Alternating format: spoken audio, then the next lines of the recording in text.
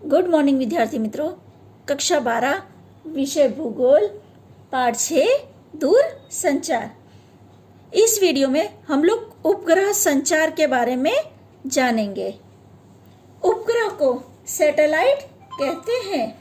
उपग्रह द्वारा संचार के कारण विश्व में बहुत बड़ा परिवर्तन आया है। अंतरिक्ष विज्ञान के अंदर उपग्रह अंतरिक्ष में छोड़े जाते हैं। पृथ्वी के बाहरी कक्षा में उपग्रह छोड़ने में आते हैं।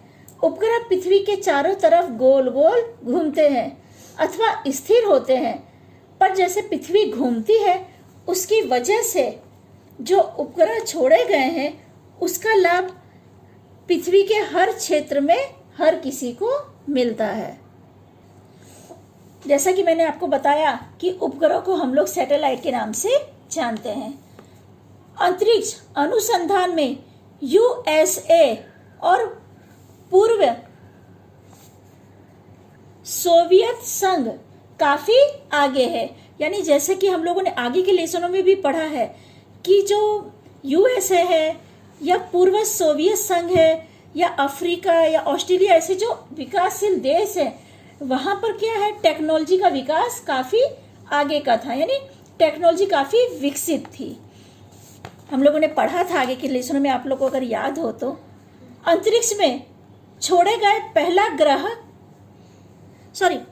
उपग्रह स्पुतनिक 1 था। यह अंतरिक्ष में छोड़ा गया पहला उपग्रह था जिसे तात्कालिक सोवियत संघ ने 1957 में प्रक्षेपित किया था। सोवियत संघ यानी रशिया, आज जिसे हम लोग रशिया के नाम से जानते हैं। तब से अंतरिक्ष विज्ञान के क्षेत्र में नई खोज करने के लिए यूएसए और पूर्व सोवियत संघ यानी यूएसएसआर के बीच स्पर्धा शुरू हुई थी, क्योंकि दोनों के दोनों जो देश है वो टेक्नोलॉजी के क्षेत्र में विकसित थे। इन खोजों से नए वैज्ञानिक तथ्य सामने आए और संचार क्षेत्र में एक नए युग का उद्भव हुआ, क्योंकि टेक्नोलॉजी का विकास जो था या जो उपग्रह छोड़े गए उनकी वजह से जो टेक्नोलॉजी का विकास हुआ वो पूरे विश्व में हम देख सकते हैं। आज हम देख रहे हैं कि एक दूसरे से चाहे कितने भी किलोमीटर की दूरी पर हम हो, पर एक दूसरे से बात कर सकते हैं। तो ये किस वजह से, ये जो नए युग का उदय हुआ या जो टेक्नोलॉजी का विकास हुआ इसकी वजह से संभव हो सका है।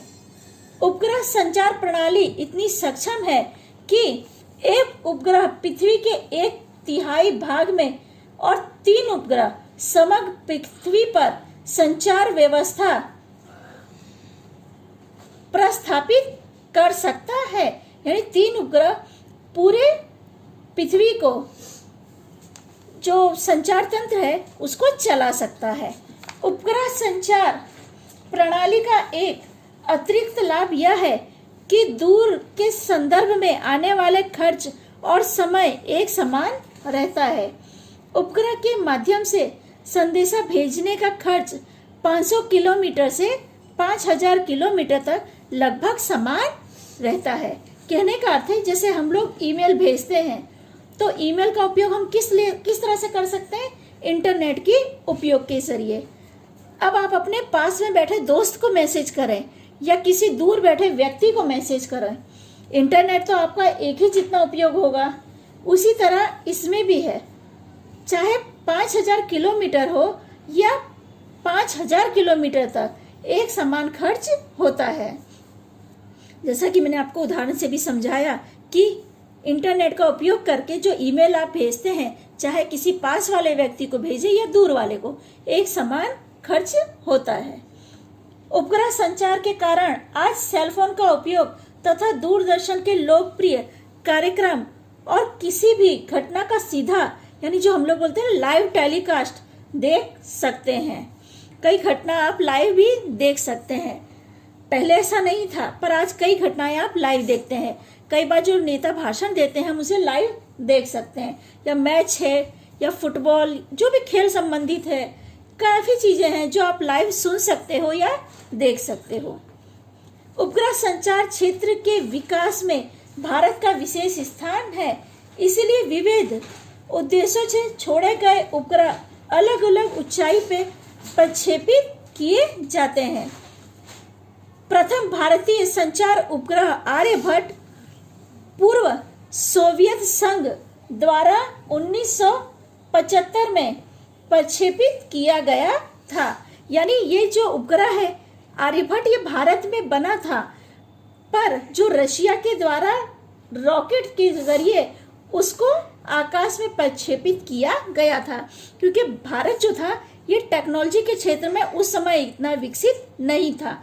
यानी उपग्रह का निर्माण काम भारत में हुआ, पर जब इसे अंतरिक्ष में प्रक्षेपित करना था तो रसिया के पास से मिसाइल उनको लेनी पड़ी, या जो रॉकेट है वो रसिया के पास से उन्हें लेना पड़ा। 1979 और 1971 में क्रमशः 1981 है बेटा, में क्रमशः भास्कर 1 और भास्कर 2 नामक उपग्रह अंतरिक्ष में छोड़े गए। उसके बाद भारत ने अपने ही रॉकेट से आंध्र प्रदेश के तट पर स्थित श्री हरिकोटा से रोहिणी श्रेणी के 3 उपग्रह सफलतापूर्वक प्रक्षेपित किया।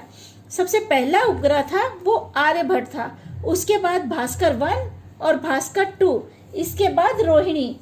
इस तरह उसने अलग अलग समय पर अलग अलग उपग्रह छोड़े गए, पर आपको जो पहला उपग्रह है उसका नाम याद रखना होगा। जो सबसे पहला उपग्रह था वो आर्यभट्ट था, क्योंकि कई बार एग्जाम में प्रश्न होता है कि भारत के द्वारा छोड़ा गया पहला उपग्रह कौन सा था। 1981 में भारत ने दक्षिण अमेरिका के फ्रेंच गुयाना से एप्पल नामक दूरसंचार उपग्रह को भू स्तर कक्षा में प्रक्षेपित किया था। यानी भू स्तर कक्षा यानी जो अपने पृथ्वी के ऊपर की कक्षा है। 1982 और 1992 के दौरान भारतीय राष्ट्रीय उपग्रह श्रेणी दरमियान आंतरिक 4 उपग्रह INSAT A1, INSAT INSAT 1B, INSAT 1D और इनसैट 2A अंतरिक्ष में प्रक्षेपित किए गए। यानी भारत के जरिए जो 4 उपग्रह छोड़े गए थे, मैं एक बार फिर नाम बता रही हूँ, INSAT 1A, INSAT 1B, INSAT 1D तथा इनसैट 2A। इस तरह करके 4 जो उपग्रह थे वो अंतरिक्ष में प्रक्षेपित किए गए।